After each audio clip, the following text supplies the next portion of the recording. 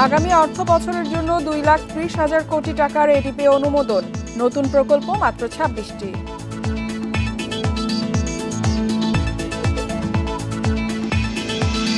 স্থলপথে ভারত বাংলাদেশি পণ্য আমদানি নিষিদ্ধ করায় বিপাকে ব্যবসায়ীরা। দ্বিপাক্ষিক আলোচনায় সমাধানের আশ্বাস বাণিজ্য উপদেষ্টার।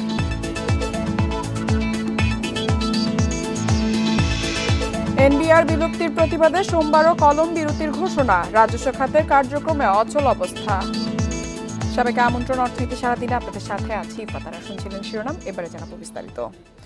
2025-26 অর্থ বছরের জন্য 2,30,000 কোটি টাকার বার্ষিক উন্নয়ন কর্মসূচি এডিপি অনুমোদন দিয়েছে জাতীয় অর্থনৈতিক পরিষদ এনইসি। এর মধ্যে বিদেশি ঋণের পরিমাণ 86,000 কোটি টাকা। সরকারি তহবিল থেকে আসবে 1,44,000 কোটি টাকা। রোববার সভা শেষে পরিকল্পনা উপদেষ্টা জানান, এবার বাজেট ঘাটতি জিডিপির 4% নামাতে চায় অন্তর্বর্তী সরকার। অন্তর্বর্তী সরকার প্রধান অধ্যাপক মোহাম্মদ ইউনূসের সভাপতিত্বে এনইসি সম্মেলন কক্ষে অনুষ্ঠিত সভায় চূড়ান্ত করা হয়েছে বার্ষিক উন্নয়ন কর্মসূচি। সামনের অর্থবছর এডিপিতে রাখা হয়েছে মোট 1176 প্রকল্প, যার মাত্র 26টি নতুন, বাকিগুলো চলমান প্রকল্প। বরাবরের মতো এবারও পরিবহন, যোগাযোগ, বিদ্যুৎ ও জ্বালানি, শিক্ষা সহ বড় 5 খাতেই 70% বরাদ্দ দেয়া হয়েছে। অপচয় রোধ করে সময় মতো প্রকল্প বাস্তবায়নে গুরুত্ব দেয়া হয় সভায়। এডিপিতে 2,30,000 কোটি টাকা ব্যয় ধরা হয়েছে, যা চলতি অর্থ বছরের সংশোধিত এডিপির চেয়ে 4,000 কোটি টাকা বেশি। তবে মূল বাজেটে রাখা বরাদ্দের চেয়ে 35,000 কোটি টাকা কম। নতুন নতুন অবকাঠামো তৈরি করা হয়নি বলে স্বাস্থ্য বাজেটটা এখানে উন্নয়ন প্রকল্পে উন্নয়ন বাজেটে বড় দেখাবে না। শিক্ষা খাতে উন্নয়ন বাজেটেও অগ্রাধিকার দেওয়া হয়েছে, কারণ কিছু অবকাঠামোর নিশ্চয়ই দরকার আছে। উপদেষ্টা জানান, মাতারবাড়ি গভীর সমুদ্র বন্দর ছাড়া দীর্ঘমেয়াদী উন্নয়ন প্রকল্প হাতে নেওয়া হচ্ছে না। বাজেট ঘাটতি মেটাতে স্বল্প মেয়াদী উচ্চ সুদের ঋণ নিতে চায় না সরকার। বাজেট ব্যবস্থাপনা টেকসই করতে বিদেশি ঋণ ও বকেয়া পরিশোধে গুরুত্ব পাচ্ছে। অর্থনৈতিক স্থিতিশীলতা আনার জন্য, মূল্যস্ফীতি কম রাখার জন্য, কমিয়ে আনার জন্য, এবং এই বছর থেকে পরবর্তী বছরগুলোতে যাতে বাজেট ব্যবস্থাপনার শৃঙ্খলা ফিরে আসে, টেকসই হয় বাজেট ব্যবস্থাপনা, সেটাই এই বছরের বাজেটের আসল লক্ষ্য। ভেঙে পড়া রাষ্ট্রীয় প্রতিষ্ঠানগুলোকে সংস্কার করাই অন্তর্বর্তী সরকারের মূল লক্ষ্য বলে জানান পরিকল্পনা উপদেষ্টা। তার মতে, বিদেয়ী সরকারের কিছু মেগা প্রকল্প এখন গলার কাটা। গিলতেও পারছি না, ফেলে দিতেও পারছি না। Hari Saha, Independent News, Dhaka. এ বিষয়ে বিস্তারিত জানাতে আমাদের সাথে বার্তাকক্ষ থেকে যোগ দিচ্ছে সহকর্মী হরি সাহা। হরি সাহা, আজকের সভায় আমরা দেখেছি যে পরিকল্পনা উপদেষ্টা জানিয়েছেন চলতি আগামী বাজেটে সরকারের লক্ষ্য থাকবে অর্থনৈতিক স্থিতিশীলতা ফেরানো এবং মূল্যস্ফীতি কমানো। তো এই বিষয়ে সরকারের আসলে কি ধরনের দিক নির্দেশনা অথবা কি ধরনের কার্যক্রম থাকবে সে বিষয়ে বিস্তারিত জানান। আসলে আমি প্রথমে একটু বলে দিতে চাই, বিগত সময়ে কিন্তু আমরা দেখতে পেয়েছি যে প্রচুর প্রকল্প হাতে নেওয়া হতো। সেই প্রকল্প বাস্তবায়ন করতে গিয়ে অনেক বৈদেশিক ঋণের নির্ভরতা আমরা দেখতে পেয়েছি। সেই জায়গা থেকে এবারের অন্তর্বর্তী সরকার যেটা চাচ্ছে যে বৈদেশিক ঋণ নির্ভরতা যতটুকু সম্ভব কমিয়ে রাখার চেষ্টা থাকবে, এবং সেই জন্যই কিন্তু দেখতে পাচ্ছেন বাংলাদেশের ইতিহাসে প্রথমবারের মতো বার্ষিক উন্নয়ন কর্মসূচির আকার কিন্তু কমছে। গতবার ছিল হচ্ছে 2,65,000 কোটি টাকা, সেটা কমে এবার 2,30,000 কোটি টাকা করা হচ্ছে। এবং পরিকল্পনা উপদেষ্টা যেটা বলেছেন, রাজনৈতিক সরকারের সময়ে স্থানীয় জনপ্রতিনিধি, স্থানীয় প্রশাসনের কাছ থেকে যেসব ধরনের অপ্রয়োজনীয় বা কম গুরুত্বপূর্ণ প্রকল্পের চাহিদা থাকে, এবারে কিন্তু সেই বিষয়গুলোকে প্রতিরোধ করা গেছে। প্রয়োজনীয় সুনির্দিষ্টভাবে প্রকল্প যেগুলো রয়েছে সেগুলোই গ্রহণ করা হচ্ছে, এবং নতুন প্রকল্প মাত্র 26টি। এবং বৈদেশিক ঋণ নির্ভরতা কমিয়ে নিজস্ব সম্পদের ব্যবহার সর্বোচ্চ করে অপচয়, দুর্নীতি রোধ করে প্রকল্প বাস্তবায়নই মূল লক্ষ্য সরকারের, এবং সেটাকেই বলতে চাচ্ছে যে বাজেটের যে দুষ্টচক্র ছিল, অর্থাৎ অতিরিক্ত বরাদ্দ, দীর্ঘসূত্রিতা, প্রকল্প বাস্তবায়নের যে একই প্রকল্প বারবার যে সংশোধনের মাধ্যমে দীর্ঘ সময় ধরে চালিয়ে নেওয়া, সেই বিষয়গুলো সামনে এড়াতে চায় এবং সেগুলো রোধ করেই কিন্তু বাজেট বাস্তবায়নে একটা শৃঙ্খলা ফেরাতে চাচ্ছে সরকার। এবং এই যে সরকারি যে প্রকল্প ব্যয় যে কমানো হচ্ছে, সেটাও যে মূল্যস্ফীতি কমানোর যে সরকারের লক্ষ্য, সেখানেও কিছু ভূমিকা রাখবে বলে সরকারের আশাবাদ। হরি সাহা, আমরা দেখছি যে বাজেট ঘাটতি মেটাতে স্বল্প মেয়াদী উচ্চ সুদের ঋণ নিতে চায় না সরকার। সেক্ষেত্রে ঘাটতি মেটাতে অন্য কোন খাত থেকে সরকার ব্যয় মেটাবে, সেই ধরনের কোনো পরিকল্পনা কি জানিয়েছে? বিস্তারিত আসলে তুলে ধরা হয়নি। সরকার যেটা বলতে চাচ্ছে যে আমাদের তো বৈদেশিক মুদ্রায় যে দায় পরিশোধের চাপ কিন্তু প্রতিনিয়ত বাড়ছে। সরকার যেটা বলতে চাচ্ছে, নতুন করে আসলে আর দায় খুব বেশি বাড়াতে চায় না। খোঁজা হবে সেই ধরনের ঋণগুলো যেটা দীর্ঘমেয়াদে পরিশোধ করা যাবে, সহজ শর্তে, বহুপাক্ষিক যে ঋণগুলো রয়েছে সেই ঋণগুলোতে সরকার হয়তো বেশি গুরুত্ব দিবে। আমরা যেরকম দেখতে পাচ্ছি লাইন অফ ক্রেডিট, যেগুলো স্বল্পমেয়াদী ঋণ, G2G মাধ্যমে বিভিন্ন সময় ঋণ নেওয়া হয়েছে, সেই ঋণগুলোকে যথাসম্ভব এড়ানোর চেষ্টা থাকবে। স্থানীয় যেসব ঋণ রয়েছে, ব্যাংক এবং সঞ্চয়পত্র নির্ভর যে ঋণ, সেগুলোও তো কিন্তু অতিরিক্ত খরচ করতে হয় সরকারকে, সুদের হার বেশি থাকে, সেগুলো যতদূর সম্ভব কম রাখার একটা চেষ্টা থাকবে। এবং সরকার কিন্তু এবার দেখতে পাচ্ছেন যে চলমান প্রকল্প চালিয়ে নেওয়াই কিন্তু সরকারের একটা চ্যালেঞ্জ, যেটা দীর্ঘ সময় ধরে চলছে, শেষ হয়নি। এবং 5ই আগস্টের পট পরিবর্তনের পরে কিন্তু অনেক উন্নয়ন প্রকল্পের ঠিকাদার, প্রকল্প পরিচালক পালিয়ে গেছে। সেগুলোকে ঠিক মতো বাস্তবায়ন করা কিন্তু সরকারের জন্য চ্যালেঞ্জ হয়ে গেছে। এবং অনেক মেগা প্রকল্পের কথা বলেছে। 26 বছরের এডিপির বরাদ্দ নিয়ে জানাচ্ছিলেন সহকর্মী হরি সাহা। চলে যাচ্ছি পরবর্তী সংবাদে। অর্থ বছরের সাড়ে 11 মাসে বাণিজ্যিক ব্যাংক থেকে সরকারের ঋণ প্রায় 2.25 লাখ কোটি টাকা, যা আগের অর্থ বছরের চেয়ে 57% বেশি। চলতি অর্থ বছরে এখন পর্যন্ত সরকারের ঋণ দাঁড়িয়েছে 56,116 কোটি টাকা। সরকারের অভ্যন্তরীণ ঋণ সংক্রান্ত বাংলাদেশ ব্যাংকের মাসিক প্রতিবেদন বলছে, 12 মে পর্যন্ত তফসিলি ব্যাংক থেকে সরকারের বকেয়া ঋণের পরিমাণ দাঁড়িয়েছে 4,85,000 কোটি টাকা। আগের অর্থ বছরের একই সময়ে এই ঋণের পরিমাণ ছিল 68,706 কোটি টাকা। খাত সংশ্লিষ্টরা বলছেন, রাজস্ব আদায়ে ধীরগতি, বাজেট ঘাটতি মেটাতে ঋণ বৃদ্ধি, বেসরকারি খাতে ঋণ প্রবৃদ্ধিতে ধীরগতি ব্যাংক ঋণ বাড়িয়েছে। এছাড়া 2024 সালের আগস্টে রাজনৈতিক পরিবর্তনের পর ব্যবসা বাণিজ্যে অনিশ্চয়তা সহ নানা কারণে এ হার বেড়েছে।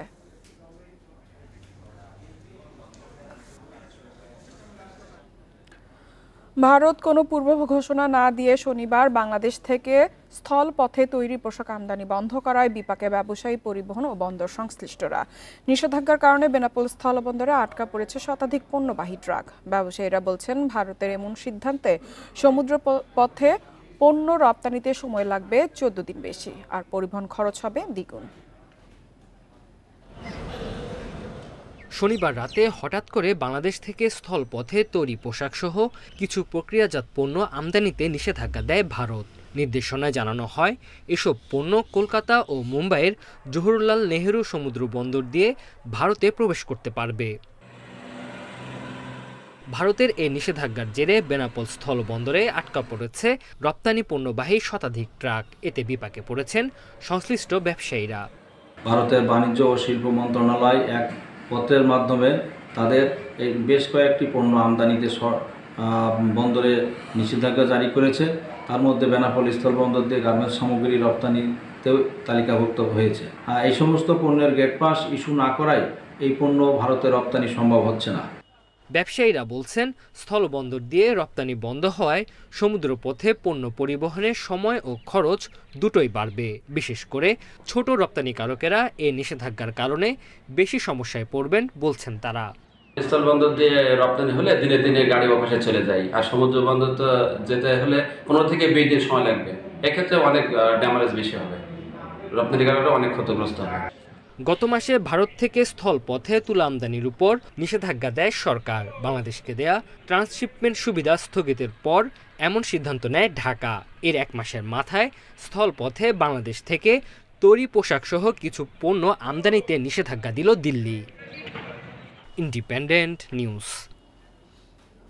এনবিআর বিলুপ্তির অধ্যাদেশ বাতিলের দাবিতে আয়কর, কাস্টমস ও ভ্যাট বিভাগের সব দপ্তরে আগামীকাল পঞ্চম দিনের মতো কলম বিরতি ঘোষণা দিয়েছেন কর্মকর্তা-কর্মচারীরা। সোমবার বিকেল ৩টা পর্যন্ত এই কর্মসূচি পালন করা হবে বলে জানিয়েছে এনবিআর সংস্কার ঐক্য পরিষদ। এর আগে টানা ৪ দিন ধরে সকাল ৯টা থেকে কলম বিরতির কর্মসূচি পালন করছেন তারা। বিরতির ফলে কোনো ধরনের অফিস কার্যক্রমে অংশ নিচ্ছেন না কর্মকর্তারা।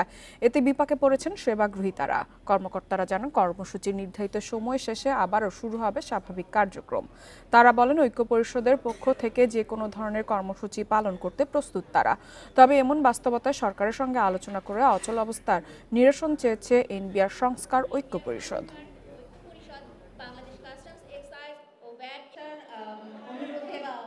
এনবিআর বিলুপ্ত নয়, বরং এনবিআরকে স্বতন্ত্র ও শক্তিশালী এজেন্সি হিসেবে রেখেই রাজস্ব সংস্কার করতে হবে। আমরা নির্ধারিত অফিস সময়ের বাইরে অতিরিক্ত সময় কাজ করে অনিষ্পন্ন কার্যক্রম সমূহ সম্পন্ন করে একইভাবে সকাল ৯টা হতে ৩টা পর্যন্ত। সরকারের ধান চাল সংগ্রহ অভিযান তেমন সাড়া ফেলতে পারছে না কৃষকদের মধ্যে। সরকারি গুদামে ধান চাল দেয় পরিবহন খরচ সহ নানা ঝক্কি ঝামেলা পোহাতে হয় তাদের। আর দামও বাজারের মতো নয়, তাই হাটে বা ব্যবসায়ীদের কাছে ধান বিক্রিতে আগ্রহ বেশি কৃষকের। সরকারি সংগ্রহ অভিযানের জন্য এবার ধানের দাম বাড়িয়ে প্রতিমণ ১৪৪০ টাকা নির্ধারণ করা হয়েছে। এরপরও সরকারি গুদামে ধান দেওয়ায় আগ্রহ কম নাটোরের কৃষকদের। সরকারের ওই গোডাউনের ধান দিতে গেলে সারাদিন বসে থাকা লাগে, আমার দিনই অব্যয় কামাই। ইউনোর সই আনা লাগে, ব্যাংকে অ্যাকাউন্ট করা লাগে, তারপরে 7 দিন পরে টাকা আনা লাগে, বিভিন্ন ঝামেলা। বাড়ির ধান বেচবো, বেপারে আসবি, সিটে খারাপ কিছুই দেখে না, ভিজা ওইভাবে বেচে লগর টাকা পাই। কুষ্টিয়ার চাষিরা বলছেন, সরকারকে ধান দিতে ভালো করে শুকিয়ে পরিবহন খরচ দিয়ে নিতে হয় গুদামে। অন্যদিকে ভেজা শুকনো সব ধরনের ধানই ব্যাপারীরা নিয়ে যান বাড়িতে এসে। তাই সরকারের কাছে ধান বিক্রির চেয়ে ব্যাপারীদের কাছে ধান দেয় ঝক্কি কম। সোনালী ব্যাংকে টাকা তুলতে হবে, সেখানে ঝামেলা আমি ৪-৫ দিন ঘুরলাম। সরকারকে ধান নিতে হলে চাষির তার প্রান্তে আসতে হবে। পাবনার হাট বাজারে মোটা ধান ১২৭০ টাকায় ও চিকন ধান ১৬০০ টাকা মনে বিক্রি হচ্ছে। কৃষকরা বলছেন, সরকারি গুদামে বাজারের চেয়ে দাম কম, সঙ্গে ঝক্কি ঝামেলাও বেশি। আবার ধান দেওয়ার পর টাকা পেতে অপেক্ষা করতে হয় বেশ কয়েকদিন। সকালে পরে আরো 5 কেজি ধান কমে যাবে, তাতে দেখা যাচ্ছে ১৭০০ টাকা পড়ে যায়। ১৪৪০ টাকা কিভাবে কৃষক ধান দেবে? দালালের মাধ্যমে কিছু দেওয়া লাগে, সে গোডাউনে লগর টাকা পায়নি। একই অবস্থা লালমনিরহাট, রাজশাহী সহ অন্যান্য জেলাতেও। তবে খাদ্য অধিদপ্তরে আসা ধানের দাম বাড়ানোর পাশাপাশি লক্ষ্যমাত্রা অর্জনের সরকারের নানা উদ্যোগ এবার সংগ্রহ বাড়াবে। ধান কেনার সরকারের টার্গেটই থাকে মূলত কৃষক যাতে প্রকৃত মূল্য পায়। আর যখন কৃষক প্রকৃত মূল্য পায় তখন আর সরকারকে ধান দিবে না, বাট আমরা মিল থেকে যেহেতু চাল কিনি আমাদের ওই টার্গেটটা ফিল আপ হয়ে যায়। প্রয়োজনে আমরা ধানকে কনভার্ট করে চালে রূপান্তর করে সেটা সংগ্রহ করি। চলতি বছর রাজশাহী অঞ্চলে ৫৪,০০০ মেট্রিক টন ধান ও ২,৭১,০০০ মেট্রিক টন চাল সংগ্রহের লক্ষ্যমাত্রা নির্ধারণ করেছে সরকার। রেশমি নন্দী, ইন্ডিপেন্ডেন্ট নিউজ। স্থলপথে বাংলাদেশ থেকে তৈরি পোশাক সহ বেশ কিছু পণ্য রপ্তানিতে বিধি নিষেধ আরোপ করায় হতাশ রপ্তানিকারকরা। বিকল্প থেকে খরচ বাড়ায় বিপাকে ব্যবসায়ীরা। অর্থনীতিবিদরা বলছেন, এই নিষেধাজ্ঞায় নেতিবাচক প্রভাব পড়বে রপ্তানিতে। প্রতিযোগিতা সক্ষমতা কমে গেলে ক্ষতিগ্রস্ত হবে উভয় পক্ষ। সংকট দূর করতে ভারতের সঙ্গে কূটনৈতিক আলোচনা চলবে বলে জানিয়েছেন বাণিজ্য উপদেষ্টা। বাংলাদেশ থেকে ভারতে পোশাক, প্রক্রিয়াজাত খাদ্যপণ্যই বেশি রপ্তানি হয়। এছাড়া বিভিন্ন কোম্পানির প্লাস্টিক পণ্য ও আসবাব রপ্তানি হয়। ২০২৩-২৪ অর্থবছরে ভারত থেকে বাংলাদেশ $৯০০ কোটি আমদানির বিপরীতে বাংলাদেশ থেকে ভারতে পণ্য রপ্তানি হয়েছে মাত্র $১৫৭ কোটি। শনিবার ঘোষণা ছাড়াই স্থলপথে বাংলাদেশ থেকে তৈরি পোশাকসহ বেশ কিছু পণ্য আমদানি নিষিদ্ধ করে ভারত। আদেশে বলা হয়, বাংলাদেশ থেকে ভারতে তৈরি পোশাক, সুতার উপজাত স্থলপথে রপ্তানি করা যাবে না।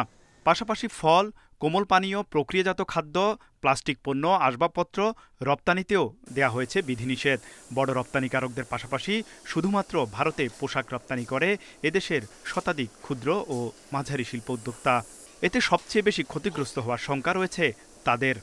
সি পোর্ট দিয়ে অ্যাকচুয়ালি প্রোডাক্ট আমরা ইন্ডিয়ার বাজারে প্রেরণ করতে পারি না, বিকজ দ্যাট ইজ অনেক এক্সপেন্সিভ হয়। আমাদের যদি খরচের কথা বলা হয়, খরচ উড বি ধরেন 3 times higher than the road transport. সময়ের বিষয়টি অত্যন্ত গুরুত্বপূর্ণ।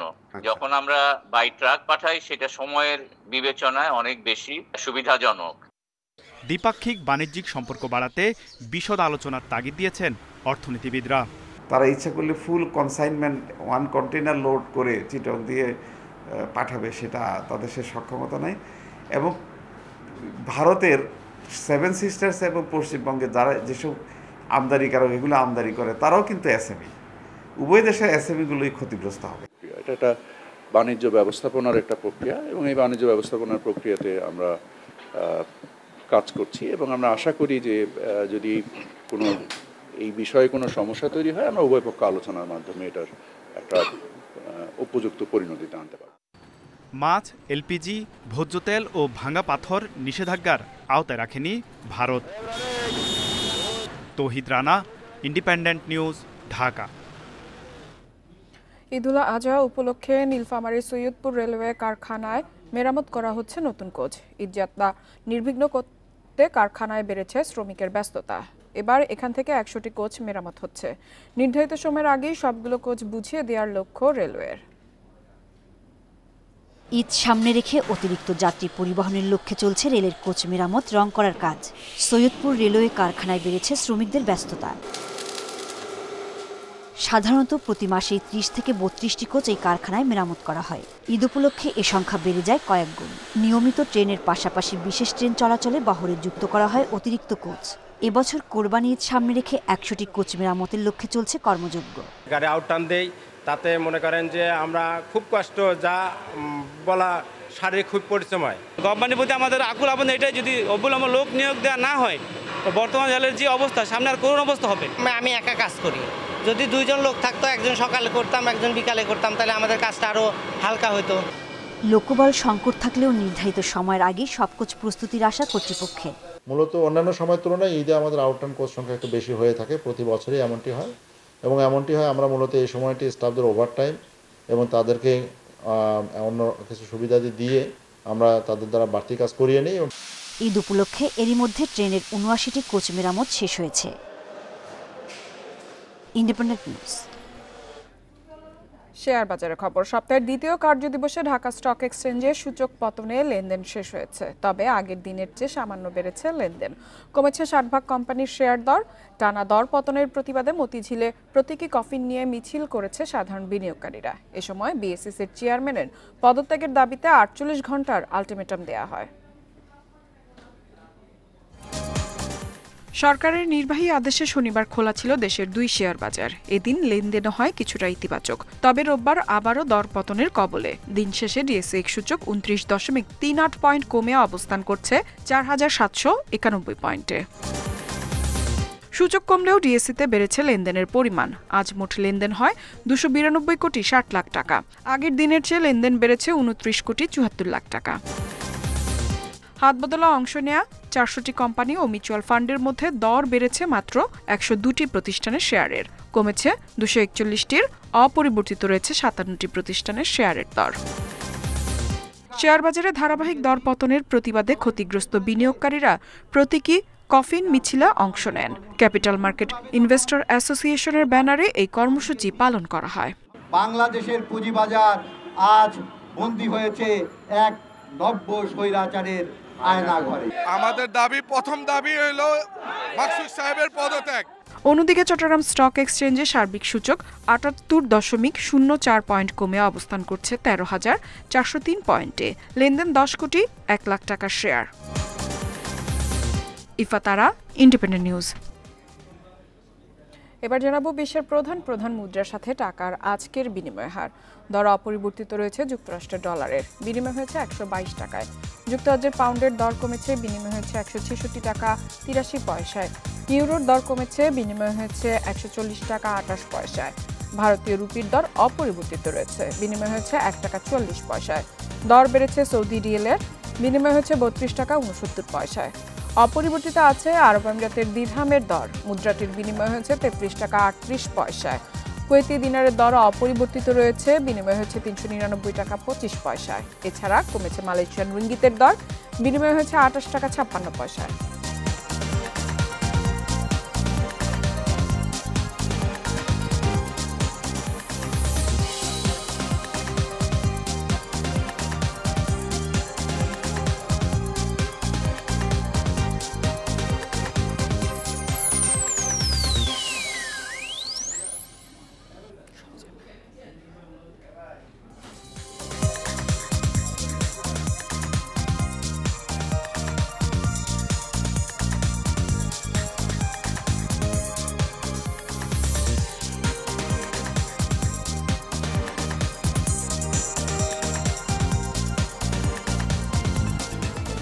আর এই ছিল অর্থনীতি সারাদিনের আজকের আয়োজনে। ইন্ডিপেন্ডেন্ট টেলিভিশনের সব খবর আরও জানতে চোখ রাখুন ফেসবুক, ইউটিউব এবং এক্সে।